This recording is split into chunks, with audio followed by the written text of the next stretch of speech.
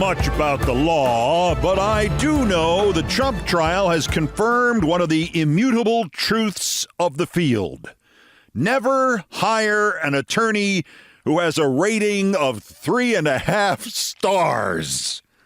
Susan Necheles somehow managed to lose to Stormy Daniels during the second day of cross-examination in Trump on trial yesterday, lose so badly and lose so obviously that Trump's team was reduced to filing a desperation mistrial motion off the very thin ice, basically claiming that Necheles forgot to object to something that Stormy Daniels had said on Tuesday.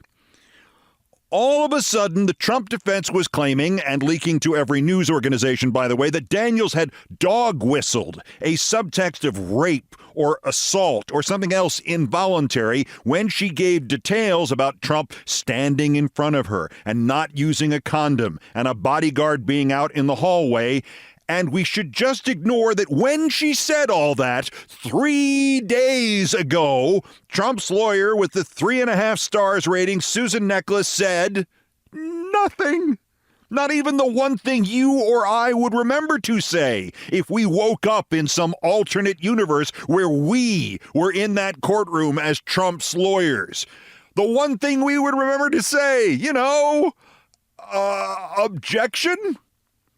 Ms. Necheles and Mr. Todd Blanche, as in blanched visibly, then made it worse, demanding not only a mistrial but also a revision to the gag order so that Trump could go out and slander Daniels to the media and call her horseface again and Lord knows what else, because at the bottom line, Trump wants to be able to answer her, but he is too much of a coward to utilize the method provided for answering her, which is to testify, which he vowed to do and which he would now not do if it guaranteed him re-election as president, because the prosecution has nailed him to the wall on this case, while Ms. Necheles may soon be looking back fondly on those days when her rating was as high as 3.5 stars. Ms. Necheles, you have experience in making up fake stories about sex. Ms. Daniels, the sex is real. That's why it's not a B movie. Ms. Necheles, now you have a story about having sex with President Trump, right? Ms. Daniels, if that story was untrue, I would have written it to be a lot better. Ooh, there goes another half star in her rating. Ms. Necheles, you had sex with a cameraman? Ms. Daniels, I started dating him and he became my husband. And a reminder, none of this needed to be heard by the jury. If Trump's defense had stipulated, they had sex, she would not have been allowed to testify. Or they could have just asked her what she knew about Trump's involvement in the non-disclosure agreement or in the payoffs, and she could have said nothing. And Ms. Necheles could have said, nothing further, Your Honor. This is a case, a relatively boring case with excruciatingly detailed information about how routine company checks got sent by FedEx to the White House for Trump to sign in Sharpie even while he was president, and he never ignored a single detail that cost him more than 99 cents. It's a relatively boring case about falsified business records that led to the attempt to interfere with an election. And Trump's legal team has turned it into waka, waka, waka, and his credibility and their credibility against the credibility of a pornographic actress. And no offense to her profession, but guess what? The pornographic actress won, and it's a shutout. As the defense pushed for a mistrial, denied, the prosecution revealed it had decided to skip Karen McDougal as an additional witness because it would have only served to embarrass Trump further, the implication being they don't need her testimony now, and that they left half their questions for Stormy Daniels in the briefcase because the answers were not necessary and they would have only embarrassed Trump further. And a prosecutor actually told the judge she was going to be asked, did you feel anything different? And she was going to say, I felt the skin of a 60-year-old man. Oh. As a single man who has recently been 60 years old and has been dating for half a century, if that had been said about me by a woman during my trial, I would have been so humiliated that I would have stood up and pleaded guilty just to get out of the courtroom as quickly as possible. Then again, Ms. Necheles and Mr. Blanche, as in blanched visibly, got the really important testimony out of Stormy Daniels, didn't they? They asked her if Aaron Rodgers, Charles Barkley, and Ben Roethlisberger were also at that golf tournament where she met Trump all those years ago. And when she said yes, they then asked her to confirm that Trump was the most famous celebrity there. And then they asked her to confirm that Trump did really well at that golf tournament.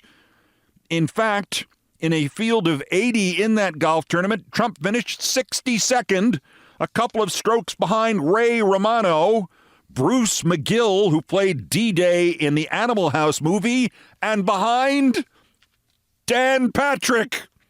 Dan Patrick!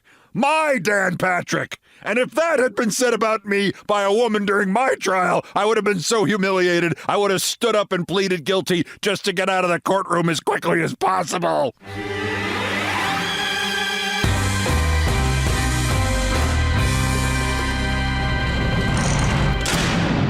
I move for a bad legal thingy?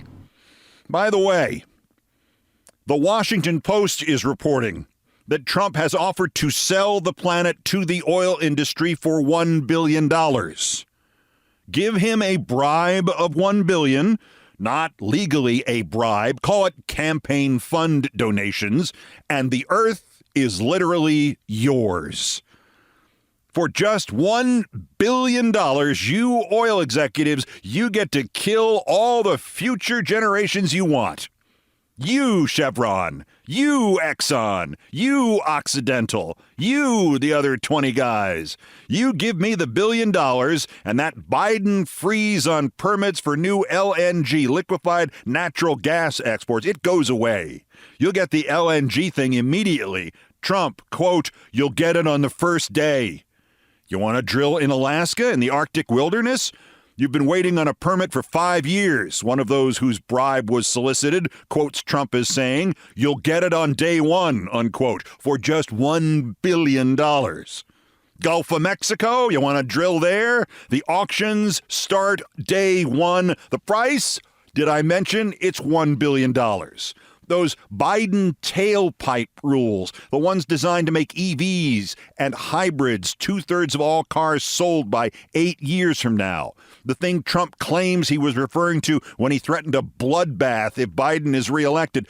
Trump called those rules ridiculous, offered to ban them if, see if you can guess, if those oil executives sitting with him at the fundraiser at Mar-a-Lago last month simply gave him $1 billion. You want your own state, guys? You want a place like, say, North Dakota to just be drilling and pipelines and rare earth extraction, and the governor, Doug Burgum, the guy with the eyebrows, to become vice president or energy secretary? Or hell, let's really do this. Let's make him head of environmental protection. $1 billion. You want the official position of the United States to be that climate change is a hoax and climate disaster is an impossibility, and that anybody who says the combustion engine threatens the continuation of our species is just crazy? That'll be $1 billion. In the reality of the horizon immediately in front of us, dozens of tornado funnels growing, speeding up, moving towards us, ready to lay waste to everything we know about our lives and our freedom and our democracy. The form of government Donald Trump has decided must die so he can live. With that in front of us, we sometimes forget that behind that ominous, dark, fatal view is another series of tornado funnels, not dozens, but thousands. And not figures of speeches that would follow once Trump has again seized power and destroyed what we have discovered all too late are the far too few safeguards and protections. And the difference is those are actual tornadoes. Because what Trump would do for the 24 or so oil robber barons to whom Trump last month at Mar-a-Lago offered to sell the world for $1 billion would end any remaining chance we have of staving off or just reducing the coming climate disaster. These decisions have to be made in the next 5 years. And so, for his $1 billion, you can be certain that you or your children or your grandchildren, or in a best-case scenario, your great-grandchildren, they will die in one of those tornadoes, or that they will die in a wildfire for which there is not enough water to put it out, or that they will die in the water after the hours of rain and the days of rain and the weeks of rain that does not stop because what the $1 billion Trump wants comes for in exchange for the fossil fuel companies to keep on destroying the only atmosphere we have and the only ecosystem we have, while they all maintain the arrogance and certainty and insanity of the rich people on the Titanic. Well, other people might die, but we won't. We are in first class. We forget sometimes that part of the Trump will destroy democracy deal is Trump will also destroy the planet. Your cost? $1 billion. The Post report is spare and non-hysterical and rather boringly written, and that makes it all the worse. By the calculations the paper quotes from the group Climate Power, those oil executives have donated heavily to Trump already, but heavily turns out to mean only about $6,400,000 over the first quarter of this year. For the full apocalypse, Trump wants just a little bit more. Just another $993 million.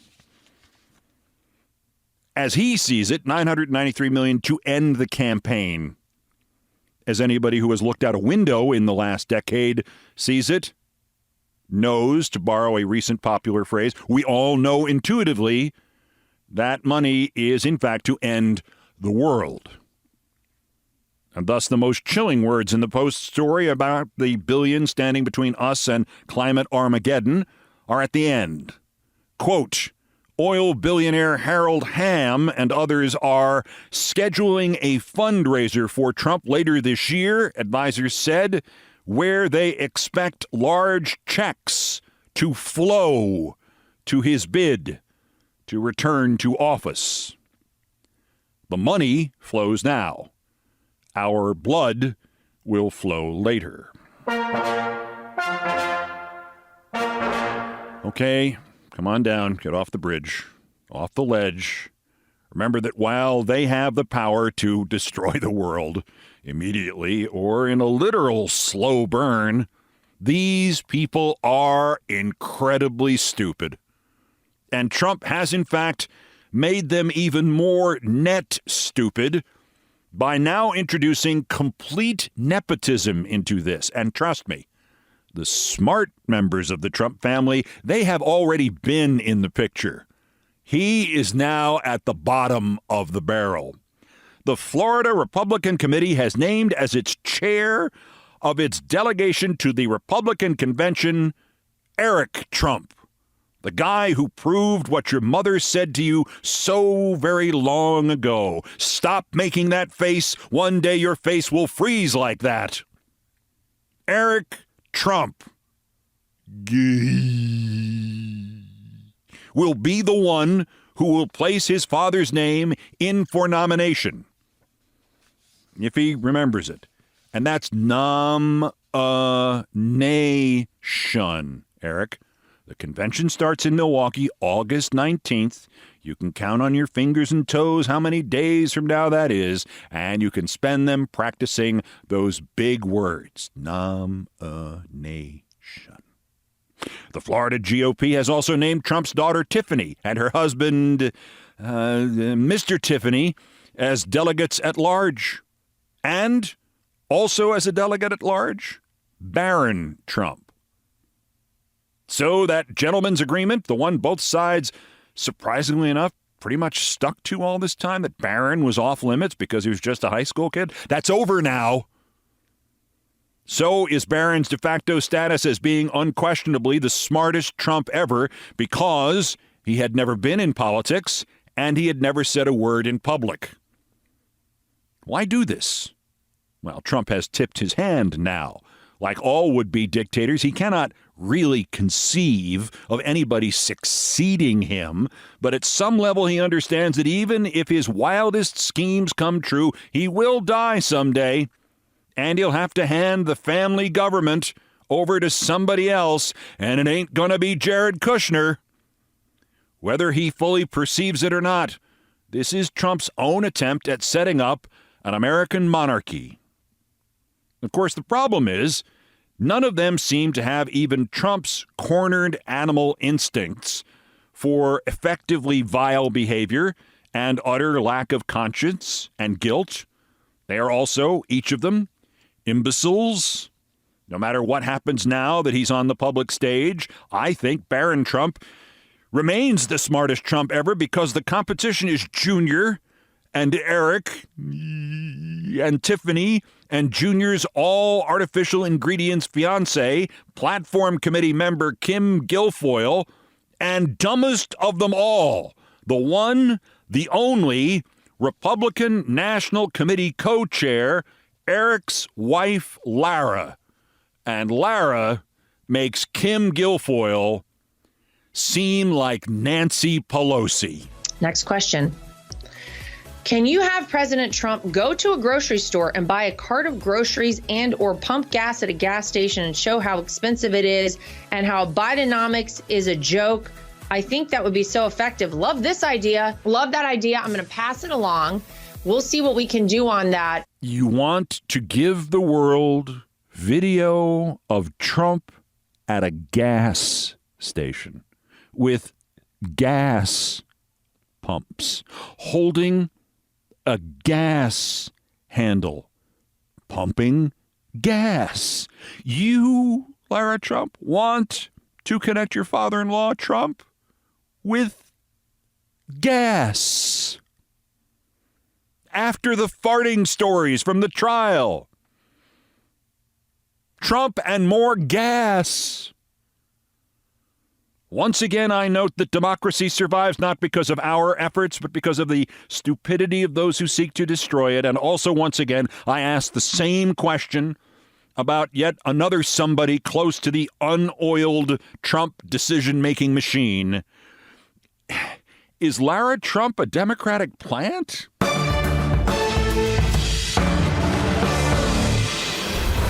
And if not, what kind of plant is she? Also of interest here, good news, everyone. Our American political systemic crisis, the collapse of our form of democracy, the perversion of the two-party system because one party has stopped believing in voting and elections and human rights and the Constitution and reality. We have a solution. The solution has come from the one man to whom we have always turned in times of political crisis. The one man who knows the way out. Chuck Todd. Chuck Todd has saved America. Chuck Todd has a plan, and it starts with just a tiny little ask. All Chuck wants is for Trump to publicly admit his mistakes. And Chuck has even come up with a hashtag for this, a hashtag to save democracy. And Chuck Todd's hashtag is Culpa Cabana. Oh, for Christ's sake. That's next. This is Countdown. This is Countdown with Keith Olbermann.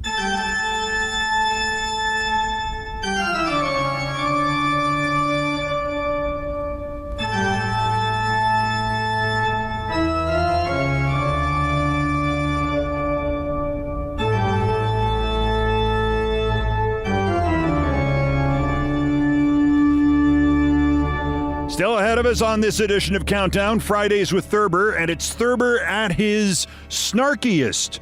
No nostalgic tales of the dogs of the 19th century this week. No disturbing stories about a man who wants to hide in a box. Here, he just goes after Salvador Dali and the pretense of the artiste in The Secret Life of James Thurber. Next.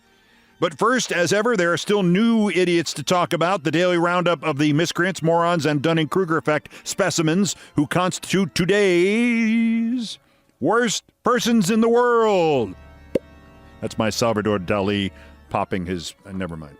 The bronze worser Mark Levin, who for more than a decade now has been like the 14th string fascist on Fox, quote, news, unquote. I believe the technical term for him is dyspeptic. It is clear he has never liked anything in his life, which I guess is fair because it doesn't look like anybody or anything has ever liked him. Levin's latest target is Justice Juan Merchan. Levin has a law degree, but his legal career appears to have climaxed during his tenure as Deputy Assistant Secretary for Elementary and Secondary Education in the U.S. Department of Education. Anyway, he's been reading the transcripts of the Trump trial and going on the air and saying he knows Merchan was protecting Stormy Daniels, and he knows why. Quoting Levin, although I really can't do his deviated septum voice correctly. Watch how the judge, because you can't understand the words then. Watch how the judge tries to protect her in what is the porno case of the century, because the judge appears to be really into this, listening attentively to all the details. We used to call that a pervert, Mark Levin says. I can't accuse the judge of being a pervert. I don't know him, but I do wonder if he's a pervert. Can I say I wonder if the judge is a pervert, Mr. Producer? How do I know whether he's a pervert or not? Unquote. I don't know, Mark, but if Merchan's a pervert about Stormy Daniels, what does that make Trump? By the way, Levin whoring himself out to Trump like this, you know what that's gotten him? Trump always refers to him and always calls him Levin. His name is Levin. Mark Levin. Levin is such a supplicant to Dementia J. Trump, I'm surprised he hasn't changed his name to Levin just to please the master. The runner-up worser, speaking of which, Andrew Giuliani. Now, to be fair, I've had it in for this little toad ever since he used to get in the way at Yankee Stadium when he was a kid. The night of the Roger Clemens-Mike Piazza bat incident in the 2000 World Series, my live interview with Clemens during the game broadcast on Fox was held up for like 4 minutes because Andrew Giuliani had to use the toilet in the Yankee clubhouse, and Daddy had the cops block the tunnel from there to the field so Clemens could not get back to our camera. Now, today, I hate Andrew Giuliani because he's actually turned out to be dumber than Daddy. He is, quote, covering, unquote, the Trump trial live on Twitter X. And I can't get audience totals, but his live report yesterday morning got like 125 likes. So I don't think he's got that many viewers, especially since he started that Thursday morning report with the camera positioned wrong and showing him only from his sport coat buttons at the bottom up to his nose. Or maybe that wasn't a mistake. Maybe that's the plan. Okay, good thinking, Andrew. Anyway, he also put out about 100 tweets yesterday, including one at 4:09 p.m., which got him on this list. Quote, the DA's office walks slowly back into the room. They look nearly as defeated as Lawrence O'Donnell, who is sitting in the second to last row on the right. Thanks a lot, little Andy. I got you, who I loathe, blasting O'Donnell, who I loathe. Now I gotta choose? But our winner, the worst, and somebody we can all agree on, Chuck Todd. Yeah, I know you thought he'd left the universe after he got fired from Meet the Press, only to be replaced by somebody worse in Kristen, allegedly Welker. But no, Chuck is still there, still at NBC News, still writing stuff, apparently still playing out his contract or something, and most importantly, still showing that he has not the vaguest idea what on earth has happened in this country in the last decade. It is still for him 1987 or something. Headline, Chuck Todd, the missing ingredient to win the 2024 election, a mea culpa. Analysis, voters don't have to imagine a Biden or Trump presidency, but they might like to hear admissions of mistakes and ideas about how a second term would be different. By the way, the headline there, that's the highlight. After 12 paragraphs of introduction, Chuck finally gets to his point, which is such a dumb point that it would have been rejected by a 6th grade debate class. Quote, "There's a final chunk of voters who I think are looking for one or both of the candidates to do something else, admit some failure in their tenures, and express regret for decisions they did or didn't make. Ultimately, voters want to know the candidates they support are actually listening and responding to their concerns, even if those concerns change." Yes, Chuck, the voters are expecting Trump to say he screwed up. Trump, who told Frank Luntz once that he had never asked God for forgiveness because I think if I do something wrong, I just try and make it right. I don't bring God into that picture. I don't. When it comes to a major failure for both candidates, Chuck writes, there's one obvious place to start: their inability to bring the country together. I believe it's that fact that has kept either gentleman from taking anything more than a margin of error lead in the polls. Yes, Biden's inability to bring the country together while Trump is trying to get Biden killed is entirely Biden's fault. Then there's one paragraph in which Chuck writes, Donald Trump and mea culpas aren't something that go together like peanut butter and jelly. Peanut butter and tuna fish, maybe. I bet Chuck spent a week on that one. Peanut butter and tuna fish, I finally got it. Hey, peanut butter and tuna fish, we can print it now.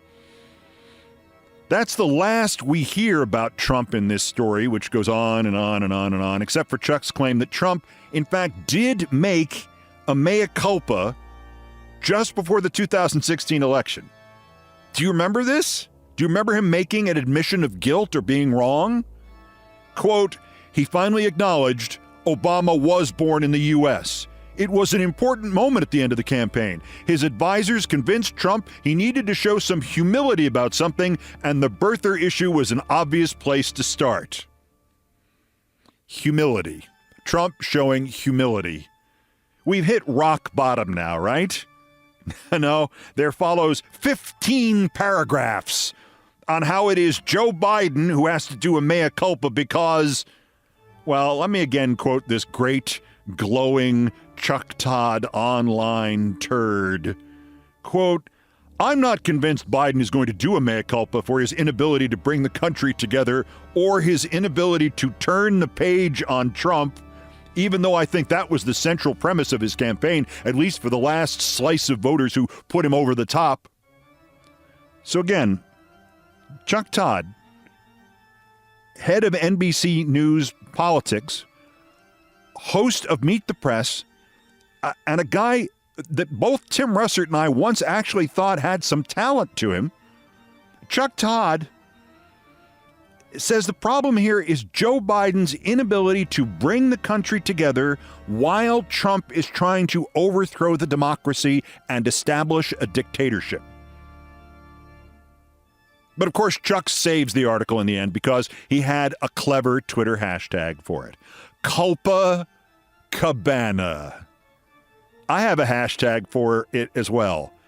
Hashtag Chuck Todd is an effing idiot. Chuck, it's Biden's fault he didn't stop Trump's subversion of democracy and then forgive him for it, Todd. Today's worst, stupidest person in the world!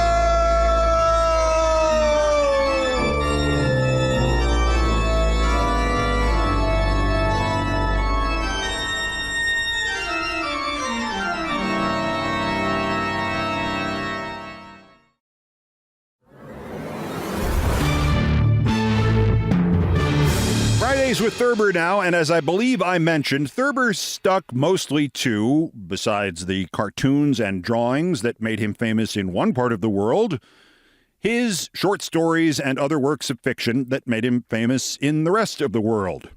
But every once in a while, he would get really ticked off by something going on in real life. He would delve into cultural criticism. He wrote pieces about how bad radio was in the 1940s, particularly as he began to lose more and more of his vision. And periodically, he would have at other authors, especially if he thought their work was crap. And in that context, I bring to you The Secret Life of James Thurber by James Thurber. I have only dipped here and there into Salvador Dali's The Secret Life of Salvador Dali, with paintings by Salvador Dali and photographs of Salvador Dali, because anyone afflicted with what my grandmother's sister Abigail called the permanent jumps should do no more than skitter through such an autobiography, particularly in these melancholy times. One does not have to skitter far before one comes upon some vignette which gives the full shape and flavor of the book. The youthful dreamer of dreams, biting a sick bat or kissing a dead horse. The slender stripling going into man's estate with the high hope and fond desire of one day eating a live but roasted turkey, and sighing lover covering himself with goat dung and aspic that he might give off the true and noble odor of the ram. In my flying trip through Dali, I caught other glimpses of the great man, Salvador adoring a seed ball fallen from a plane tree, Salvador kicking a tiny playmate off a bridge, Salvador caressing a crutch, Salvador breaking the old family doctor's glasses with a leather-thonged mattress beater. There would appear to be only two things in the world that revolt him, and I don't mean a long-dead hedgehog. He is squeamish about skeletons and grasshoppers. Oh, well, we all have our idiosyncrasies. Senor Dali's memories have set me to thinking. I find myself muttering as I shave, and on 2 occasions I have swung my crutch at a little neighbor girl on my way to the post office. Senor Dali's book sells for $6. My own published personal history, Harper & Brothers, 1933, sold for $1.75. At the time, I complained briefly about this unusual figure, principally on the ground that it represented only 50 cents more than the price asked for a book called The Adventures of Horace the Hedgehog, published the same month. The publishers explained that the price was a closely approximated vertical, prefigured on the basis of profitable sailing, which in turn was arrived at by taking into consideration the effect on diminishing returns of the horizontal factor. In those days, all heads of business firms adopted a guarded kind of double talk, commonly expressed in low, muffled tones, because nobody knew what was going to happen and nobody understood what had. Big business had been frightened by a sequence of economic phenomena which had clearly demonstrated that our civilization was in greater danger of being turned off than of gradually crumbling away. The upshot of it all was that I accepted the price of $1.75. In so doing, I accepted the state of the world as a proper standard by which the price of books should be fixed. And now, with the world in 10 times as serious a condition as it was in 1933, Dali's publishers set a price of $6 on his life story. This brings me to the inescapable conclusion that the price-fixing principle in the field of literature is not global, but personal. The trouble, quite simply, is that I told too much about what went on in the house I lived in, and not enough about what went on inside myself. Let me be the first to admit that the naked truth about me is to the naked truth about Salvador Dali as an old ukulele in the attic is to a piano in a tree. And I mean a piano with breasts. Senor Dali has the jump on me from the beginning. He remembers and describes in detail what it was like in the womb. My own earliest memory is of accompanying my father to a polling booth in Columbus, Ohio, where he voted for William McKinley. It was a drab and somewhat battered tin shed set on wheels, and it was filled with guffawing men and cigar smoke. All in all, as far removed from the paradisiacal placenta of Salvador Dali's first recollection as could well be imagined. A fat, jolly man dandled me on his knee and said that I would soon be old enough to vote against William Jennings Bryan. I thought he meant that I could push a folded piece of paper into the slot of the padlocked box as soon as my father was finished, When this turned out not to be true, I had to be carried out of the place, kicking and screaming. In my struggles, I knocked my father's derby off several times. The derby was not a monstrously exciting love object to me, as practically everything Salvador encountered was to him, and I doubt, if I had that day to live over again, that I could bring myself, even in the light of exotic dedication as I now know it, to conceive an intense and perverse affection for the derby. It remains obstinately in my memory as a rather funny hat, a little too large in the crown, which gave my father the appearance of a tired, sensitive gentleman who had been persuaded against his will to take part in a game of charades. We lived on Champion Avenue at the time, and the voting booth was on Mound Street. As I set down these names, I begin to perceive an essential and important difference between the infant Salvador and the infant me. This difference can be stated in terms of environment. Salvador was brought up in Spain, a country colored by the legends of Hannibal, El Greco, and Cervantes. I was brought up in Ohio, a region steeped in the traditions of Coxey's Army, the Anti-Saloon League, and William Howard Taft. It is only natural that the weather in little Salvador's soul should have been stirred by stranger winds and enveloped in more fantastic mists than the weather in my own soul.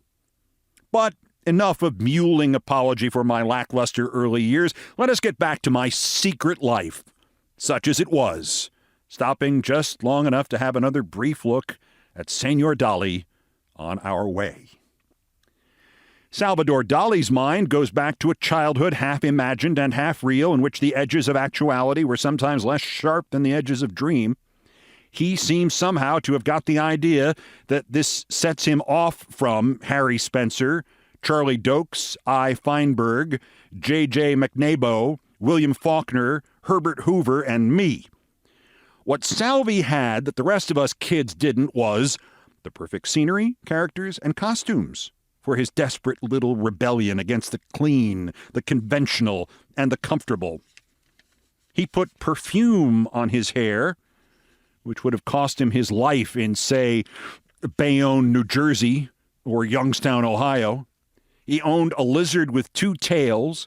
He wore silver buttons on his shoes, and he knew, or imagined he knew, little girls called Galuchka and Dulita.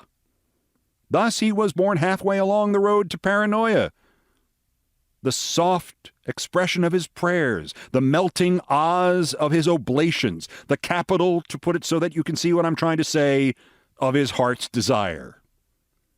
Or so, anyway, it must seem to a native of Columbus, Ohio, who as a youngster bought his $12 suits at the F&R Lazarus Company, had his hair washed out with ivory soap, owned a bull terrier with only 1 tail, and played nicely and a bit diffidently with little girls named Irma and Betty and Ruby. Another advantage that the young Dali had over me, from the standpoint of impetus towards paranoia, lay in the nature of the adults who peopled his real world. There was in Dali's hometown of Figueras a family of artists named Pichot, musicians, painters, and poets, all of whom adored the ground that the enfant terrible walked on.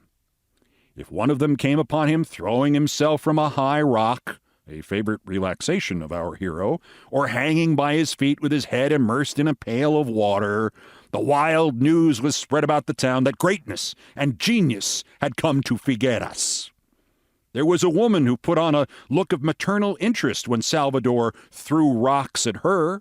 The mayor of the town fell dead one day at the boy's feet. A doctor in the community, not the one he had horsewhipped, was seized of a fit and attempted to beat him up. The contention that the doctor was out of his senses at the time of the assault is Dali's, not mine. The adults around me when I was in short pants were neither so glamorous nor so attentive. They consisted mainly of 11 maternal great-aunts, all Methodists, who were staunch believers in physic, mustard plasters, and scripture, It was part of their dogma that artistic tendencies should be treated in the same way as hiccups or hysterics. None of them was an artist, unless you can count Aunt Lou, who wrote 16 stress verse with hit and miss rhymes in celebration of people's birthdays or on occasion of great national disaster. It never occurred to me to bite a bat in my aunt's presence or to throw stones at them. There was one escape, though, my secret world of idiom. 2 years ago, my wife and I, looking for a house to buy, called on a firm of real estate agents in New Milford. One of the members of the firm, scrabbling through a metal box containing many keys, looked up to say, "The key to the Roxbury house isn't here." His partner replied, "It's a common lock. A skeleton will let you in." I was suddenly once again 5 years old. With a wide eye and open mouth, I pictured the Roxbury house as I would have pictured it as a small boy, a house of such dark and nameless horrors as have never crossed the mind of our little bat-biter. It was of sentences like that, nonchalantly tossed off by real estate dealers, great-aunts, clergymen, and other such prosaic persons, that the enchanted private world of my early boyhood was made. In this world, businessmen who phoned their wives to say that they were tied up at the office sat roped to their swivel chairs and probably gagged, unable to move or speak except somehow, miraculously, to telephone. Hundreds of thousands of businessmen tied to their chairs in hundreds of thousands of offices in every city of my fantastic cosmos. An especially fine note about the binding of all the businessmen in all the cities was that whoever did it always did it around 5 o'clock in the afternoon. Then there was the man who left town under a cloud. Sometimes I saw him all wrapped up in the cloud and invisible like a cat in a burlap sack. At other times it floated about the size of a sofa, 3 or 4 feet above his head, following him wherever he went. One could think about the man under the cloud before going to sleep. An image of him wandering around from town to town was a sure soporific. Not so the mental picture of a certain Mrs. Houston, who had been terribly cut up when her daughter died on the operating table. I could see the doctors too vividly just before they set upon Mrs. Houston with their knives, and I could hear them, "Now, Mrs. Houston, will we get up on the table like a good girl, or will we have to be put there?" I could usually fight off Mrs. Houston before I went to sleep, but she frequently got into my dreams, and sometimes she still does. I remember the grotesque creature that came to haunt my meditations when one evening my father said to my mother, "What did Mrs. Johnson say when you told her about Betty?" And my mother replied, "Oh, she was all ears." There were many other wonderful figures in the secret surrealistic landscapes of my youth. The old lady who was always up in the air, the husband who did not seem to be able to put his foot down, the man who lost his head during a fire, but was still able to run out of the house yelling, the young lady who was in reality a soiled dove. It was a world that of necessity one had to keep to oneself and brood over in silence, because it would fall to pieces at the touch of words. If you brought it out into the light of actual day and put it to the test of questions, your parents would try to laugh the miracles away, or they would take your temperature and put you to bed.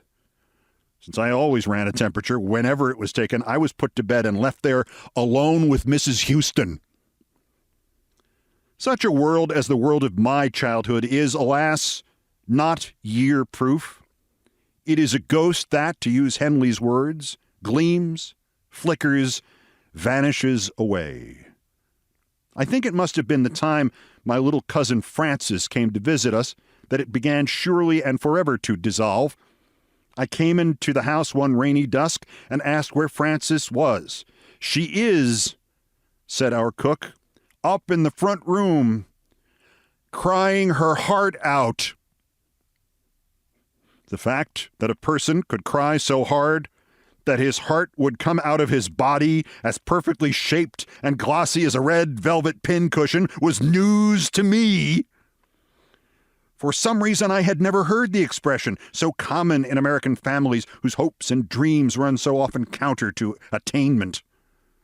I went upstairs and opened the door of the front room. Frances, who was 3 years older than I, jumped off the bed and ran past me sobbing and down the stairs. My search for her heart took some 15 minutes. I tore the bed apart and kicked up the rugs and even looked in the bureau drawers. It was no good.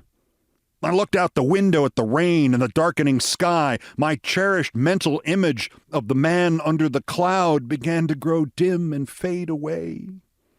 I discovered that all alone in a room, I could face the thought of Mrs. Houston with cold equanimity.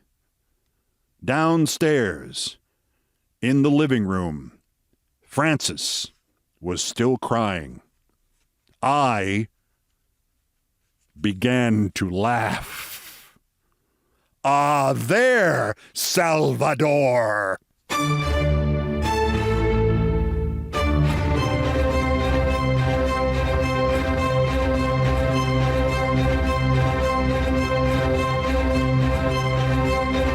I've done all the damage I can do here. Thank you for listening. Countdown musical directors Brian Ray and John Philip Chanel arranged, produced, and performed most of our music.